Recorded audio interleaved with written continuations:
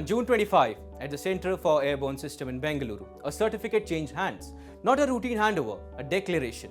The DRDO's Netra Airborne Early Warning and Control System, India's homegrown eye in the sky, received its final operational clearance from the Indian Air Force. FOC in defense speak, combat ready in layman language. It took 21 years. The project was conceived in 2003. Cabinet approval came in 2004 and the system has been flying, watching, tracking for years now.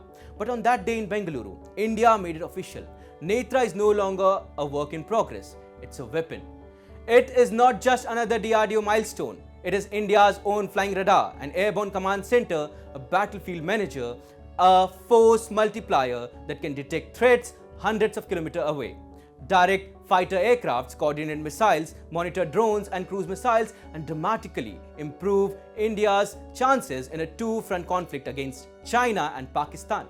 The question is simple. Why is this aircraft so important? And why could India's indigenous eye in the sky become one of the most valuable assets in the Indian Air Force over the next decade?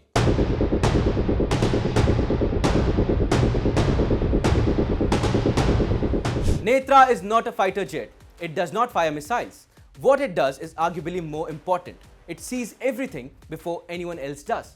Built on a Brazilian Embraer ERJ-145 airframe, Netra carries a suite of indigenous sensors, radars, electronic surveillance measures, and command and control system, all developed in India.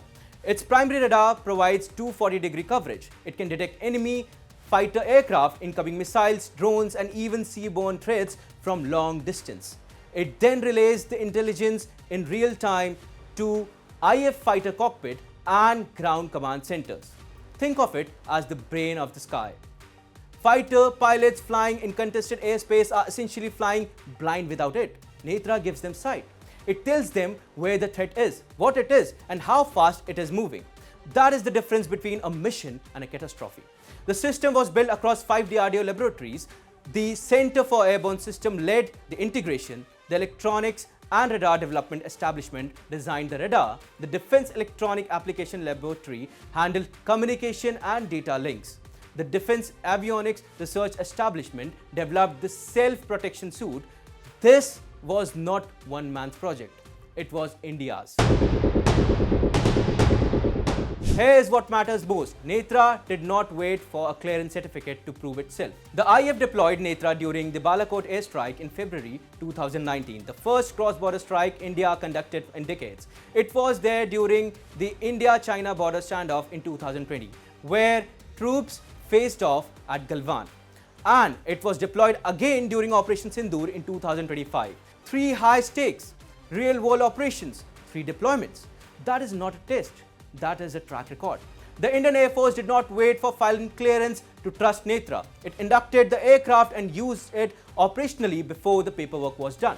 The level of confidence in a homegrown system is significant.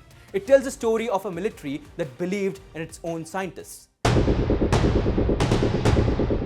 Now, to the harder question, is Netra enough? India currently operates 3 Netra Mk-1 aircraft based at Bishena Air Force Station near Batinda in Punjab. With number 200 squadron, they are complemented by 3 Russian Berev A-50 Falcon AWACS system that carry Israeli avionics and provide full 360-degree coverage. 6 aircraft total, against 2 adversaries who have built significantly larger fleet. China operates 20 Shanxi KJ-500 aircraft, 4 KJ-200S and 4 KJ-2000S. Pakistan flies 4 Chinese ZDK-03 Karakoram Eagle platform and 8 Swedish Saab 2000 Aries system. The numbers are stark. India is outnumbered in the sky surveillance domain, and the threat is evolving. Pakistan is reported to be pursuing Chinese J-35A stealth fighter, a stealth aircraft especially designed to defeat conventional radar. Netra Mk-1 240-degree coverage and detection parameters were not built for that fight. India knows this. That is precisely why Netra is not the end of the story. The FOC is a milestone, but the roadmap is what commands attention. 6 additional Netra Mk-1A aircraft has been approved. These will carry upgraded sensors, enhanced software, new gallium nitride-based transmit receives module for the radar, specially engineered to detect low radar cross-section target like stealth jets and drones, and tighter integration with IAF's command system. The Mk-1A is built for stealth threat. It is India's direct answer to J-35A problem. Beyond that sits Mk-2, 6 Airbus A321 aircraft procured from Air India are being converted into a next-generation platform. The Cabinet Committee on Security cleared the project at cost of 19,000 crore. The Mk-2 will carry an indigenous AESA radar providing 300 to 360 degree coverage and a detection range exceeding 500 kilometers. Delivery is targeted between 2026 and 2034.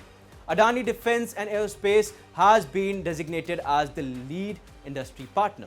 India has identified a need for 12 AEW&C systems total to adequately surveil its border. The pipeline is now in motion. This is not just about one aircraft receiving a clearance. It is about what the aircraft represents. For decades, India bought its surveillance eye from Russia and Israel. Foreign technology, foreign supply chain, foreign dependency. When tensions rise with Pakistan, with China, with anyone, a country that depends on another nation hardware is always one decision away from being blind. Netra breaks that dependency. It is India's radar, India's sensor, India's data link, India's command system. If the IF needs a software update for a new threat, it does not wait for a foreign vendor's permission. It calls DRDO in Bangalore. Air Marshal Bharti said it clearly at the ceremony. Being indigenous gives the armed forces the flexibility to adapt to rapidly evolving warfare scenario through seamless modifications. That is strategic autonomy. That is what no off-the-shelf purchase can buy. India's eye in the sky is open and it is watching.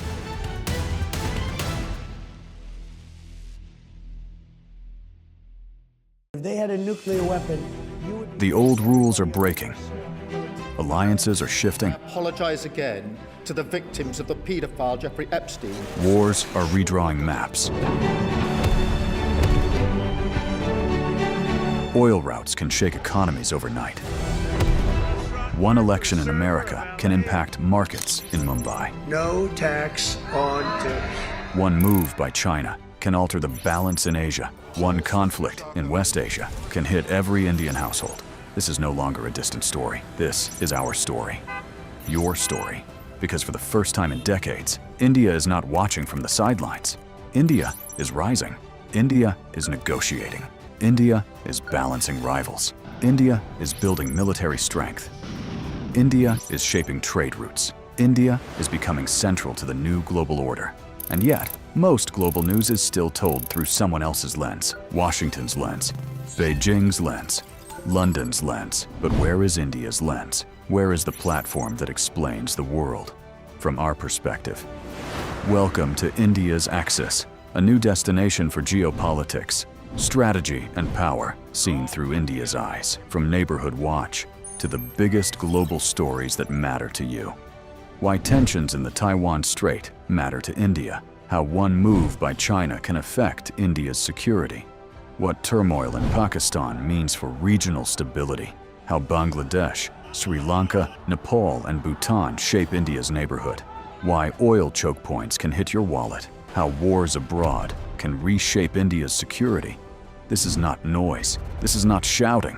This is not recycled headlines. This is sharp, intelligent storytelling, daily explainers, war room analysis, strategic conversations, because news is everywhere. But perspective is rare, and in the age of confusion, clarity is power.